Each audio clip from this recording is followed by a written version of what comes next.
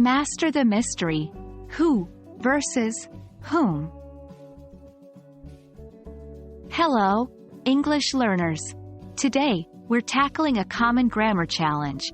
How to use who and whom correctly.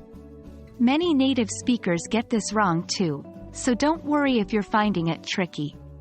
By the end of this video, you will have a clear understanding of the distinction between these two words. First off, let's define these two terms. Both who and whom are pronouns, but they are used in different ways. Who is a subject pronoun, just like he, she, and they. It's used when the pronoun is the subject of a verb.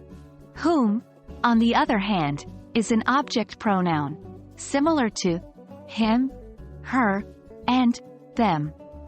It's used when the pronoun is the object of a verb or a preposition. As a subject pronoun, who is used to refer to the person performing an action. Here are some examples. Who is going to the store? I wonder who left this book on the table. In both these sentences, who is linked with an action, going to the store and leaving the book.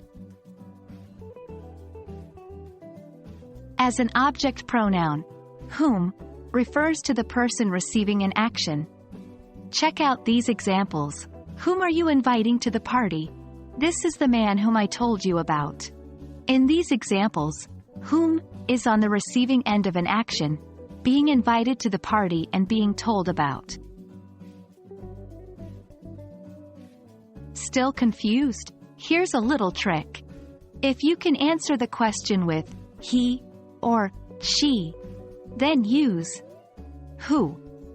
If you can answer with him or her, use whom. For example, consider the question, whom is going to the store? We would answer, he is going to the store, not him is going to the store. So, who is the correct choice? I hope this clears up the mystery of who versus whom. Remember the rules and the trick we discussed, and with practice, it'll become second nature. Don't worry if you make mistakes. Even native speakers do. Keep learning, and you'll master this in no time. Happy learning, and see you in the next video.